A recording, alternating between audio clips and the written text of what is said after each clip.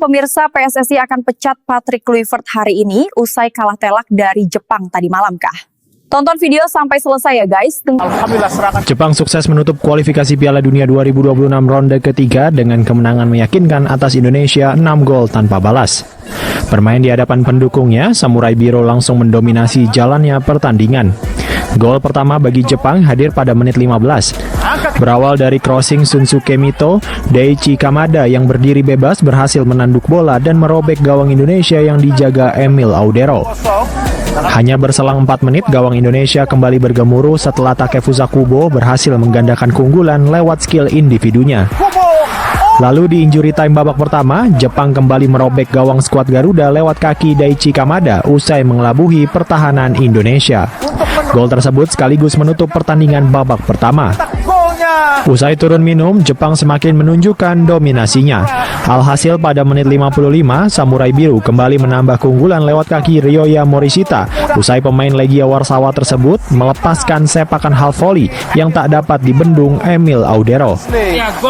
Kemudian 3 menit berselang, giliran Suto Machino yang merobek gawang skuad Garuda setelah meneruskan umpan dari Takefusa Kubo.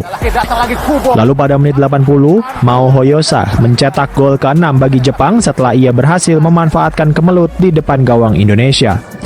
Gol Mao Hoyosa sekaligus menutup jalannya pertandingan babak kedua. Pada laga ini, tim besutan Patrick Kluivert benar-benar terkurung dan tak mampu membalas 1 gol pun. Sementara itu dari kubu Jepang, kemenangan telak atas Indonesia membuat mereka tak tergeser di puncak klasemen grup C kualifikasi Piala Dunia 2026 zona Asia dengan mengoleksi 23 poin dari total 7 kemenangan, 2 imbang dan hanya sekali menelan kekalahan.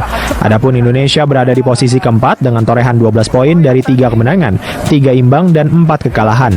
Kekalahan ini tak berarti apa-apa dan skuad Garuda berhak berlaga di ronde keempat kualifikasi Piala Dunia 2026 zona Asia.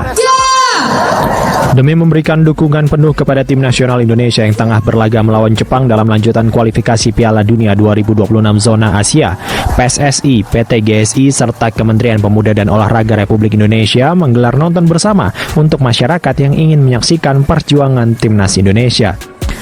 Tetapi sayang, pada laga melawan Jepang, skuad Garuda harus mengakui keunggulan Samurai Biru dengan skor telak 6 gol tanpa balas.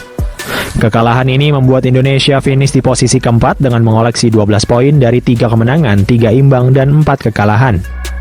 Meskipun menelan kekalahan, namun para supporter tetap memberikan apresiasi kepada punggawa Garuda serta tetap optimis Indonesia dapat tembus ke putaran final Piala Dunia 2026. Ditambah, timnas sudah memastikan tempat di putaran keempat kualifikasi Piala Dunia 2026 zona Asia.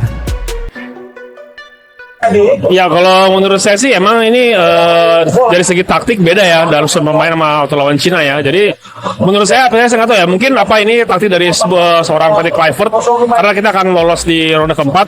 Mungkin kita akan bisa mengelabui tim-tim selanjutnya. Jadi dengan sengaja kita mungkin dari surat pemain banyak yang berbeda gitu. Ya, tapi terlepas dari itu emang overall permainan kita tidak bagus seperti lawan Cina. Kurang lebih sama seperti tadi. Ini kayaknya taktiknya untuk mengelabui tim lawan berikutnya sepertinya. Soalnya kalau kita lihat dari segi formasi juga berbeda dari waktu lawan Cina kan ya. Ya mudah-mudahan aja sesuai dengan inilah nanti di ronde keempat kita akan lolos ya. Kalau saya sih emang beda kualitas ya antara tim terbaik Asia, sedangkan kita kan masih baru lah dalam proses perkembangan untuk menuju Piala Dunia. Jadi saya kira emang beda kualitas jauh sih dengan timnas Jepang. Tentunya kita pasti ada berharap lah Indonesia masih ada kans untuk bisa lolos ke Piala Dunia, apalagi di round 4 ya. Saya kira tidak beda jauh lah dengan kualitas di round 3 ini. Saya kira nanti berharapnya sih kita pasti bisa lah meraih kemenangan.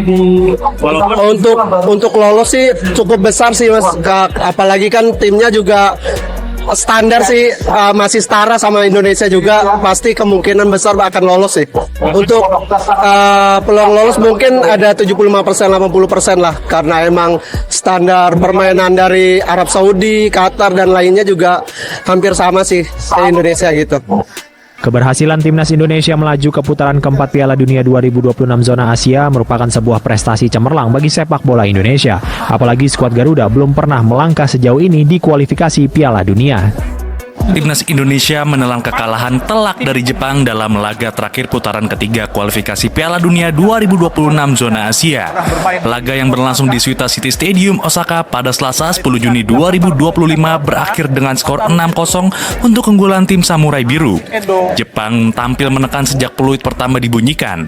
Baru pada menit ke-10, peluang emas didapatkan Shuto Machino, namun sundulannya masih melambung. 5 menit berselang, gawang Emil Audero akhirnya jebol lewat aksi Daichi Kamada. Bola sempat mengenai tangan Audero, namun tetap meluncur ke gawang.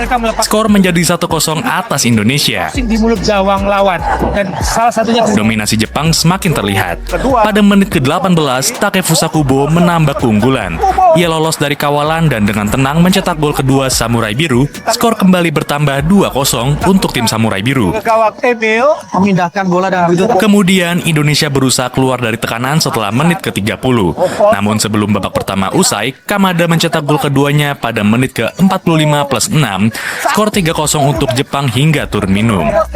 di dalam kotak penalti dengan pengawalan yang dilakukan. Tapi Di babak kedua, pelatih Patrick Kluivert mencoba mengubah strategi dengan masukkan Ricky Kambuaya. Namun dominasi Jepang tetap tak terbendung. Pada menit ke-55, Ryoya Morishita mencetak gol keempat. Chino Disusul 3 menit kemudian oleh Shuto Machino. Skor semakin melebar menjadi 5-0. nampaknya asis Penderitaan tim Garuda belum berhenti. Pada menit ke-80, Mao Hosoya menutup pesta gol Jepang setelah menyambut umpan dari Keito Nakamura. Sehingga skor 6-0 bertahan untuk kemenangan The Samurai Blues. Berkat hasil ini, Jepang kokoh di puncak klasemen grup C dengan raihan 23 poin. Sementara, timnas Indonesia juga tidak beranjak dari posisi keempat dengan raihan 12 poin. wasit tampaknya dari Ribuan supporter timnas Indonesia tumpah ruah di Panasonic Stadium Suita, Osaka saat laga terakhir grup C kualifikasi Piala Dunia 2026 melawan Jepang Selasa malam. Mereka sudah datang sejak siang menyatu dengan supporter tuan rumah di sekitar stadion. Panitia lokal bahkan menyediakan sejumlah fun games untuk membangun suasana akrab antar pendukung kedua negara. Meski gerimis mengguyur sejak pagi, semangat tak surut. Pendukung Garuda tetap penuh energi. Mereka menempati tribun selatan baik bagian bawah maupun atas dengan kuota sebanyak 3.000 tiket yang telah disediakan pihak Jepang. Yang paling menyita perhatian malam itu adalah tifo raksasa berbentuk visual Garuda dan harimau, keduanya mengenakan jersey timnas Indonesia. Koreografi ini tampil megah, menggema di tengah ribuan suara nyanyian. Sontak, aksi ini mendapat sambutan luar biasa, bahkan supporter Jepang berdiri dan bertepuk tangan, tanda apresiasi yang langka dalam pertandingan internasional. Presiden Federasi Sepak Bola Jepang, Tsuneyasu Miyamoto, bahkan secara terbuka menyampaikan permintaan maaf karena memilih stadion berkapasitas kecil. Biasanya timnas Jepang bermain di Stadion Saitama, namun malam itu, laga melawan Indonesia dipindahkan ke Osaka. Miyamoto mengaku terkejut melihat antusiasme supporter Indonesia yang dianggap melampaui negara Asia Tenggara lainnya yang pernah mereka jamu. Satu hal yang pasti, meski laga ini bukan digelar di tanah air, semangat dan cinta supporter Indonesia tetap membahana. Aksi tifo mereka tidak hanya jadi kebanggaan nasional, tetapi juga membawa pesan bahwa sepak bola Indonesia punya tempat dan pengaruh kuat di panggung Asia. Timnas Indonesia menutup kiprahnya di grup C dengan hasil yang pahit. Bertanding pada Selasa malam 10 Juni 2025 di markas Jepang, Suita City Stadium, skuad Garuda tak berdaya menghadapi dominasi tim tuan rumah.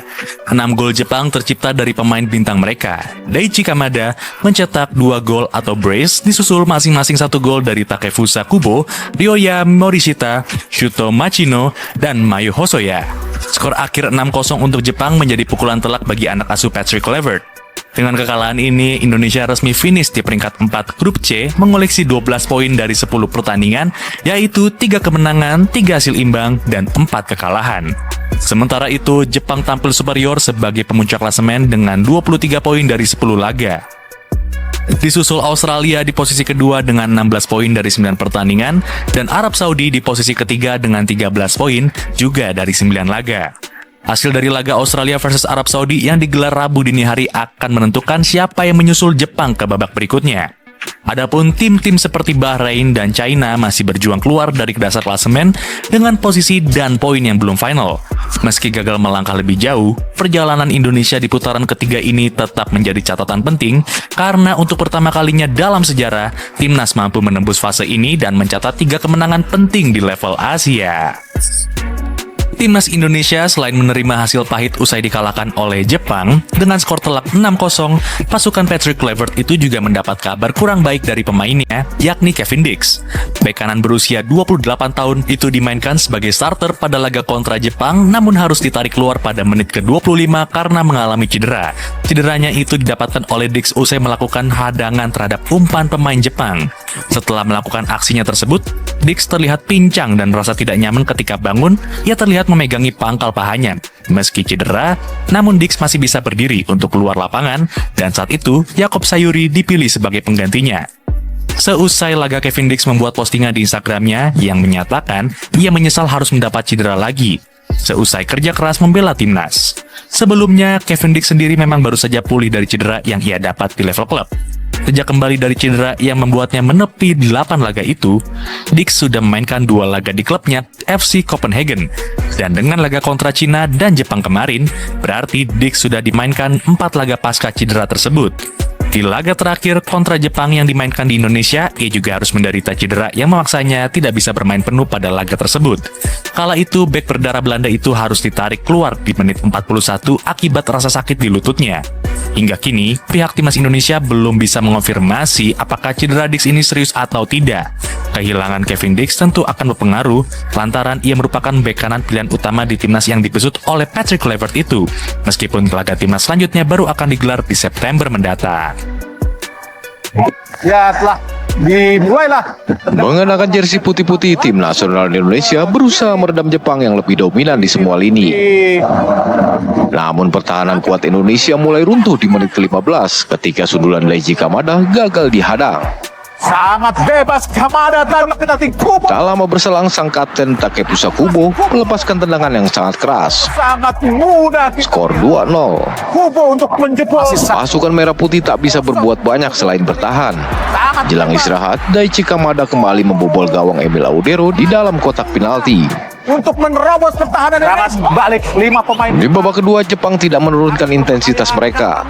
Morishita menemukan kesempatan dan menciptakan gol keempat untuk Jepang. Kosong dan gol mudah.